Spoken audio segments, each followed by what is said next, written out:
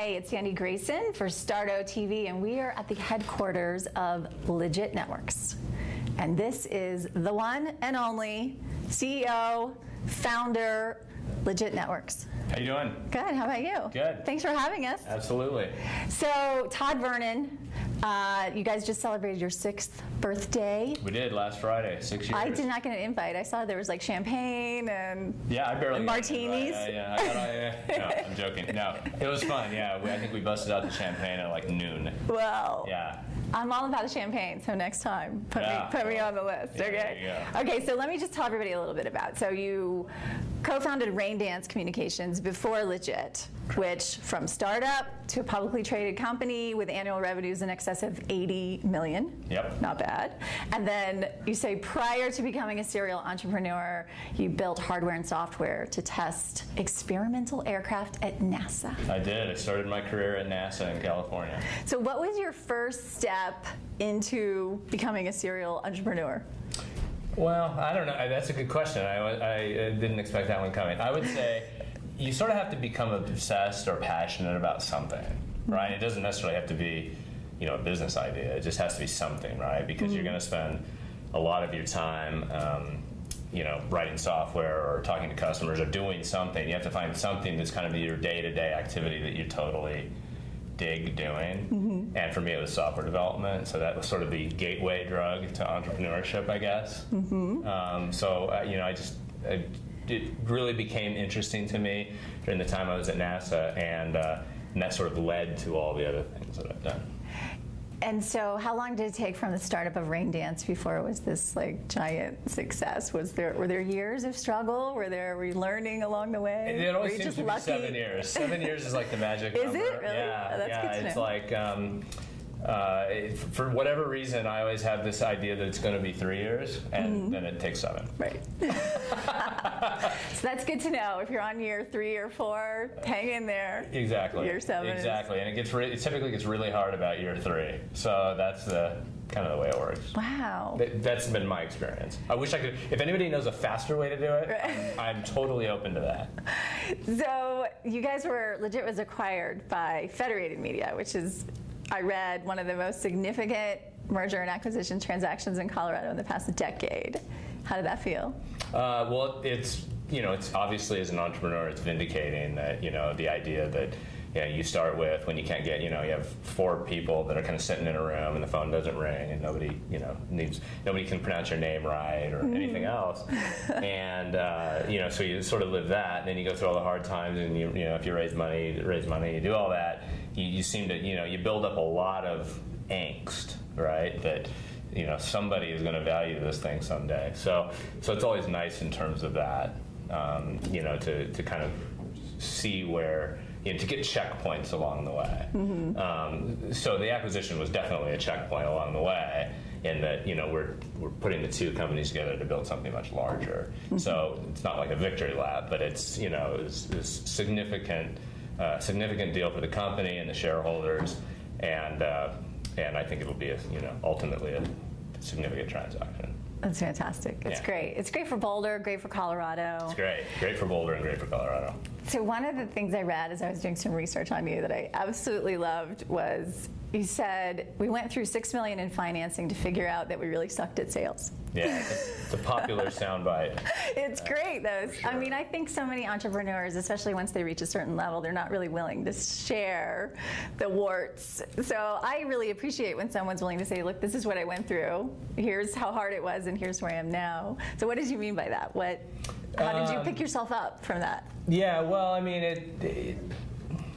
it's one of those things, like, I think if people that start a company and sort of believe it's just going to be a linear experience, like, hey, we're going to do it and it's going to slowly get bigger every year, and then high five. Right. It doesn't really work that way, and you end up, the term that's become popular lately is pivot, but it's always been the same. There's just a word for it now. I have heard that. You just have to kind of always be changing up what you're doing, and having a direct sales force for Lijit was kind of a bad path. So sometimes you go down bad paths, sometimes you go down good paths.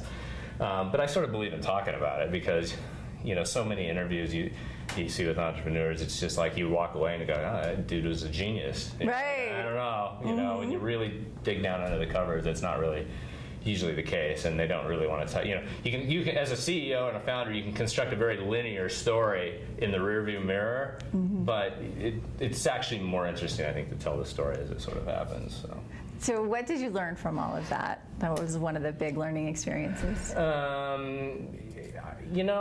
I think it's important. There's a couple key takeaways, and in the context of when I was talking about that, it was sort of under this idea of, companies sort of get founded one way or another, right? They either get founded by technologists, or they get, founded sort of by maybe business/salespeople. And they're different skill sets, right? And just by nature of kind of starting a company, you sort of end up with one or the other.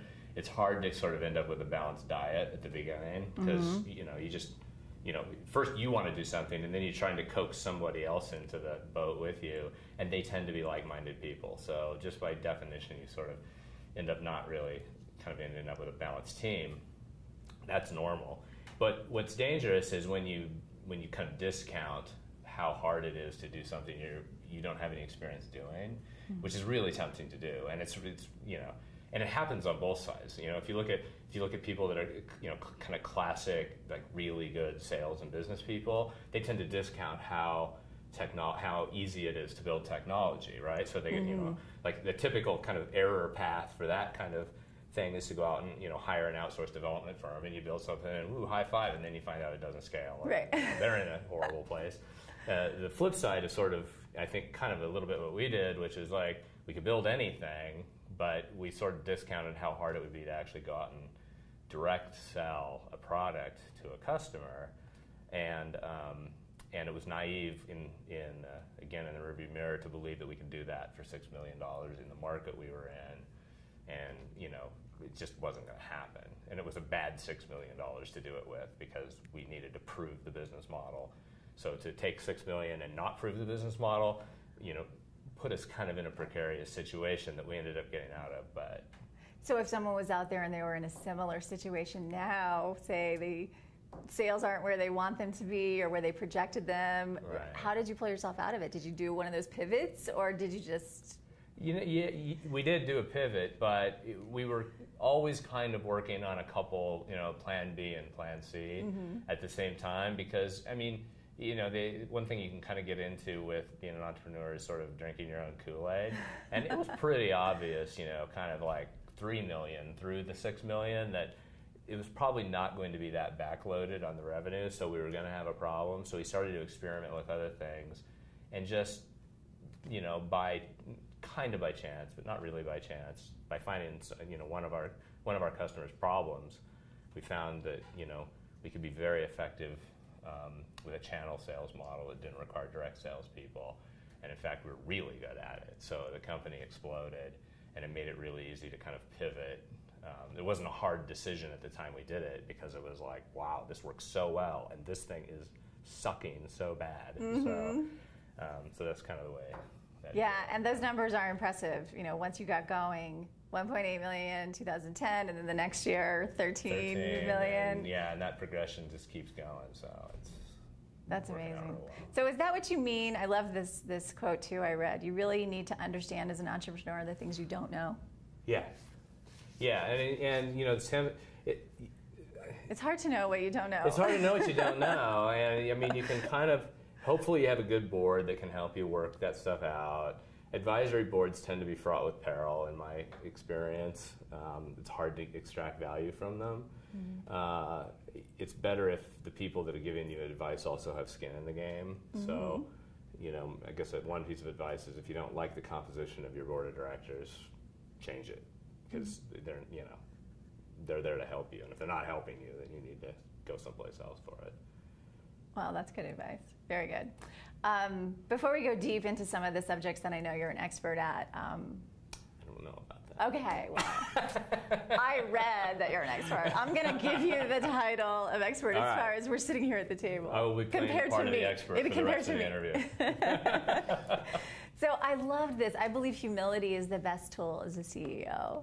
that's not always common sense. And I No. loved it when I read that. I like the soft humility. Yeah, and you'll find not a lot of people agree with that, to be honest. I mean, It's worked for you, though, it seems. it's worked for me really well, but it's had its challenges, especially in the kind of the startup world.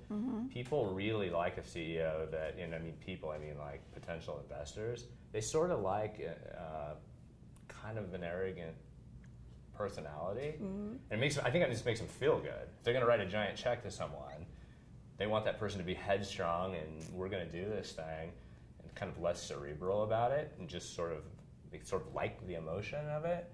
And so that is a path fraught with peril a little bit.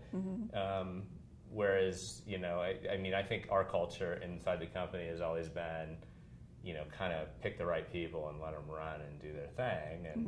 And if it turns out they're not doing the right thing, push them back into the rails, because I just think that works out really well. So that's kind of what I mean. It's like,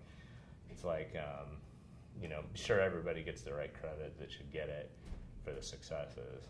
And in a way, I think kind of the CEO is sort of the least responsible person. That's just the person that's making sure that kind of all the parts are going in the right direction, but not probably coming up with the brilliant ideas, just pushing it back into the rails. That's awesome. A couple of things that just struck me. I used to sell billboards. So I went through your Twitter stream this week, and you said users don't click on Facebook ads. I guess this was someone telling you this. Yeah, I was reading. But I it never somewhere. clicked on an outdoor billboard either yet. Yeah, somehow Gannett and CBS Outdoor, I figured out how to make a business out of something where, I mean, I've never seen anybody out there doing that. So, it's kind of the uninformed press sort of annoys me sometimes. So that's where that came from. I just thought it was funny. I thought it was great. No, I did. I thought it was great. The other thing I saw on your Twitter stream, one of our hosts, Chris Franks, we were talking about risk, and he believes there are a large number of endurance athletes that are also entrepreneurs. But I see a lot of entrepreneurs that like to take risks. And I saw something with a car. Do you like to drive fast cars or something? I do. I like to go to the racetrack, and I'm not like I'm not like a racer. Right. But I like to go to the racetrack. There's a helmet. You have to wear a helmet. No, you have to wear a helmet. Kinda... You can destroy your car, and the insurance And your company head. isn't interested in paying for it when you're on a racetrack, as it turns out. But it's just a fun outlet, and it's competitive, and not really dangerous, but it sounds dangerous. Do you think that theory, risk, doing things, whether it's pushing yourself, endurance athletes, or doing kind of risky things as an entrepreneur, go hand in hand? Yeah, I don't know. I'm always sort of resistant to the risk moniker, just because I don't consider myself very risky. I mean, No. it's like, no, I don't. You look like you're in good shape, though. Are you a boulder, running, man, bicycler? No, marathon. Everybody here. I'm a trainer, and that sounds kind of jinky. Yeah. But no, I mean, I just, You have I don't to. eat. I have found, yeah, or not much, anyway. I have found living in Boulder, everybody is in Oh yeah, it's a crazy great place. No, good it's shape. It's a good place to live for sure. But no, the risk thing, I just don't think it's to me, it's just more about being confident of. I mean, I watched a thing last night about these poor people who are out of work and they can't find their thing, and it makes me feel bad. On the same side, I think people who are kind of successful entrepreneurs are often labeled as risk takers, but it's just like, I'm pretty sure I can eat. I mean, I'm gonna find a job. It's Right. like, it's more about getting comfortable with being uncomfortable. I love that. I love that. Yeah. It's like I stole it from Brad Feld. So. Oh, you did? Yeah, but sounds cool. Sounds cool when he says it. But it's kind of what got me into this, right? I was a software engineer in a market that's much like today. If you're a software engineer and you're good, you're gonna get a job. So why wouldn't you join a startup? It's mind-numbing to me why you would work at a safe job that you'll never see it coming when they lay you off. Right?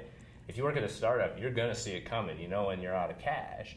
And as a software engineer, you're going to get a job in like 12 seconds and you're going to make more money than you were making. So where's the risk in that, really? So that's sort of the way I look at it is it's just, it's having your bases covered and having confidence in yourself. I think that's more correctly labeling the situation than risk to me. Yeah, So. I love that about getting comfortable being uncomfortable. I had that experience myself as an author. When the book came out, being asked to speak at Omega Institute, which was really scary. Yeah. And then a week later, flying to Canada. And I remember sitting on the plane and kind of writing to myself how nervous I was. Yeah, yeah. And I wrote that exact thing. So Yeah. maybe Brad stole it from me. Maybe he read my turn. Maybe. I've had a suspicion of that for some time. So. But yeah, writing to myself, I need to get comfortable being uncomfortable. Yeah, So. and it's really, that's what it is. It's not anything You're growing. real. It's all in your head. So, 3 best pieces of advice you wish you knew someone would have told you when you're starting out? Yeah, and somebody did tell me, but it was not really late in the game, but it was kind of an appropriate time. I had an early investor in Rain Dance that before they made the investment, that drew something on the whiteboard that I'll never forget, because it's like it totally tells you how to come up with a startup that'll be successful, or most likely be successful. Let's hear it. Yeah, what he drew was, can you see the whiteboard? It's the secret. I'll tell you. He's going to tell us the secret. This is really good. So you got this little guy right here. He's on a surfboard, and he's on a wave. And that's everything you need to be successful if you know the story. So investors invest in certain kinds of companies because they're going to make money, right? And they're going to be successful. And this is like a great little kind of way to remember it, because each piece represents a key part of what you need to do as an entrepreneur. You need to have the right people, right? And I'm a firm believer that you have to have a partner, because it's just like crazy hard to do this. And there's no way, I mean, I don't think anyone can do it alone. If they allegedly do it alone, I suggest there's probably somebody there that's a pseudo partner anyway. So just go find your partner. So the stick man represents the people. The surfboard represents the idea. I mean, obviously, you have to have a really good idea, right? But the fact is, without the wave underneath it, meaning the market that you're steering into, it's just a dude on a surfboard. And that's exactly what will happen to your company unless there's a market pull in what's going on right now. Like Lijit's in the ad tech space, which is massive infusion of cash right now in terms of market. And there's also a saying kind of in the industry, you know, market solves all problems. It kind of does, right? You can make a lot of mistakes if everyone's so jazzed about the wave. You can have the wrong people on the board, and the board can be kind of messed up, and you can fix the board, but you can't fix the market, right? So to me, it's like, make sure that you're kind of following all pieces of that, and it's probably the single best piece of advice I've ever gotten from a venture capitalist. That's fantastic. So picking the right partner, making sure you have the right market, and then the product has to be good. But it's like, it's usually the market that everybody doesn't pay any attention to, right? Because they get enamored with a space they like, right? Which is good, because you're going to have to be doing it for a while. But unless there's a lot of money in that market, it's not a good. It's just, you're just going to work really hard, and the surfboard ain't going to go anywhere. So. Fantastic. Todd, thank you so much for your time. I think your business is awesome. I love your energy and what you guys are doing here. So for more information about Todd, you can find him on Twitter, right? Todd Vernon, and lijitnetworks.com. Thanks, Todd. Thanks.